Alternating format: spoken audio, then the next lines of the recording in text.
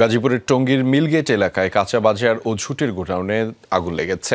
নিয়ন্ত্রণে কাজ করছে ফায়ার সার্ভিসের ৬টি ইউনিট। সেটি জানাতে আমাদের সাথে যুক্ত রয়েছেন সহকর্মী পলাশ প্রধান। তার মাধ্যমে জানাবো সেখানকার সবশেষ পরিস্থিতি। পলাশ, আগুন ঠিক কিভাবে লাগলো বা সূত্রপাত কিভাবে হয়েছে সেটি একটু জানাবেন। আর নিয়ন্ত্রণে আসতে ঠিক কতক্ষণ সময় লাগতে পারে? নিশ্চয়ই ফায়ার সার্ভিসের সাথে আপনার কথা হয়েছে, জানাবেন আমাদের।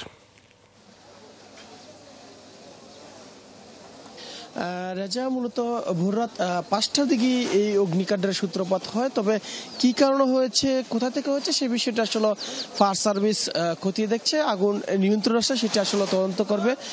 যদিও আমি যদি একটু দেখাই যে এই মিলগেট এলাকায় কিন্তু প্রতিনিয়ত প্রায় সময় কিন্তু এই অগ্নিকাণ্ডের ঘটনা ঘটে। তবে কিছুক্ষণ আগে ফায়ার সার্ভিসের সাথে কথা বলছি, তারা যে বিষয়টি বলছে যে টঙ্গী থেকে 4টি এবং রাজধানী উত্তরা থেকে 3টি, মোট 7টি ইউনিট যুক্ত হয়েছে।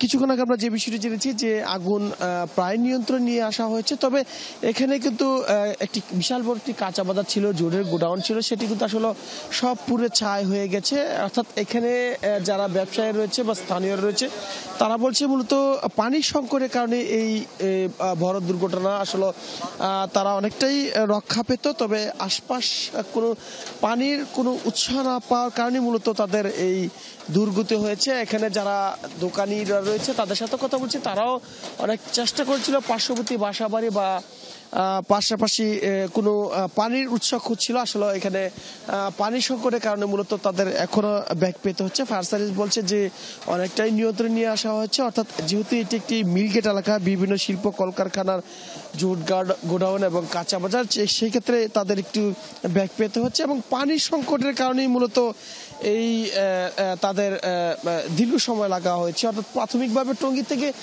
3টি ইউনিট এসে কাজ করে এবং আগুন ছড়িয়ে পড়লে রাজধানীর পার্শ্ববর্তী সেখান থেকেও যুক্ত হয়েছে। এখন পর্যন্ত মোট 7টি ইউনিট কাজ করছে। অর্থাৎ আগুন অনেকটাই নিয়ন্ত্রণ নিয়ে আসা হয়েছে। যেহেতু বলছিল যে পাশে একটি মুন্নু মিল গেট রয়েছে, সেখানে যেন আসলে আগুনটি বিস্তীর্ণ অর্থাৎ না ছড়িয়ে যাওয়া হয়, সেক্ষেত্রে কিন্তু জোরালোভাবে কাজ করছে ফায়ার সার্ভিস। এখনো সেটি আসলে ফায়ার সার্ভিস কাজ করছে। ফায়ার সার্ভিস বলছে যে তাদের যে প্রাথমিক যে টঙ্গী থেকে 3টি ইউনিট, সেটি আসলে তারা নিয়ন্ত্রণ করতে সক্ষম হয়েছিল, কিন্তু পানির সংকটের কারণে মূলত তাদের ব্যাক পেতে হচ্ছে। এখনো তারা কাজ করছে। তারা বলছিল যে পার্শ্ববর্তী কোনো পানির সোর্স না থাকার কারণে মূলত এই এত সময় লাগার মূল কারণ। তবে এখন তারা যে বিষয়টি বলছে হয়তোবা কিছুক্ষণের মধ্যে সেটি আসলে পুরোপুরি নিয়ন্ত্রণ নিয়ে আসা হবে। কিন্তু এখানে যারা দোকানিরা রয়েছে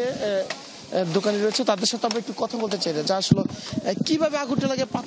আমরা বিদ্যুৎ অফিসে, আমি লাইনম্যান, সেন্টার কন্ট্রোলার, সেখান থেকে আমরা খবরটা পাই 5টা একটু পরে ঘটনাস্থলে আইসা আমরা আমাদের খুঁটিতে যত লাইন ছিল এখানে সব লাইন রিমুভ করা হয়েছে।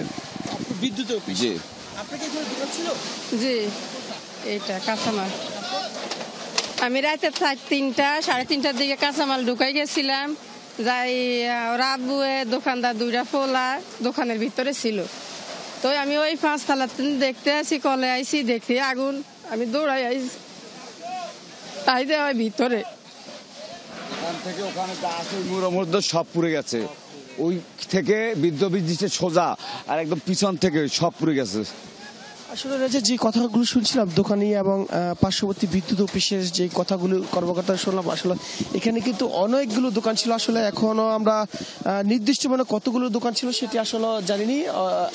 সেগুলো আসলে দোকানের সাথে কথা বলে ক্ষতিপূরণ এবং কিভাবে অগ্নিকাণ্ড ঘটনা ঘটেছে সেই বিষয়টা আসলে ফায়ার সার্ভিস এবং কর্তৃপক্ষ যারা রয়েছে তাদের সাথে তদন্ত করে হয়তোবা সেটি জানানো যাবে। তবে এই যে কাঁচা বাজার এবং যে জুট গোডাউন ছিল, আমরা কিন্তু প্রায় সময় কিন্তু দেখে আসছিলাম যে এখানে যে দোকানগুলো ছিল তাদের কিন্তু ফায়ার সেফটি বা বিদ্যুতের যে সেফটি সেটি না থাকার কারণে কিন্তু আমরা দেখছিলাম যে বিগত কয়েকবারই এখানে অগ্নিকাণ্ডের ঘটনাগুলো ঘটেছিল এবং এই অগ্নিকাণ্ডের ঘটনার পর যে তদন্ত, সেই তদন্তের রিপোর্ট কিন্তু আমরা এখন পর্যন্ত আসলে যেটি সুষ্ঠু সমাধান বা পরবর্তী যে অগ্নিকাণ্ডের পূর্ব প্রস্তুতি সেই বিষয়টা এখনো কিন্তু নিশ্চিত হচ্ছে না। যে কারণে কিন্তু মূলত প্রায় সময়ই আমরা টঙ্গীর এই মিলগেট এলাকায় শুনি যে অগ্নিকাণ্ডের ঘটনা হতাহত বা বিশাল একটি ক্ষতিপূর্ণ হয় এখানকার স্থানীয় ব্যবসায়ীদের। রাজা, সেই খবরের বিস্তারিত আপনার মাধ্যমে জানছিলাম। ধন্যবাদ পলাশ আমাদের সাথে যুক্ত হবার জন্য।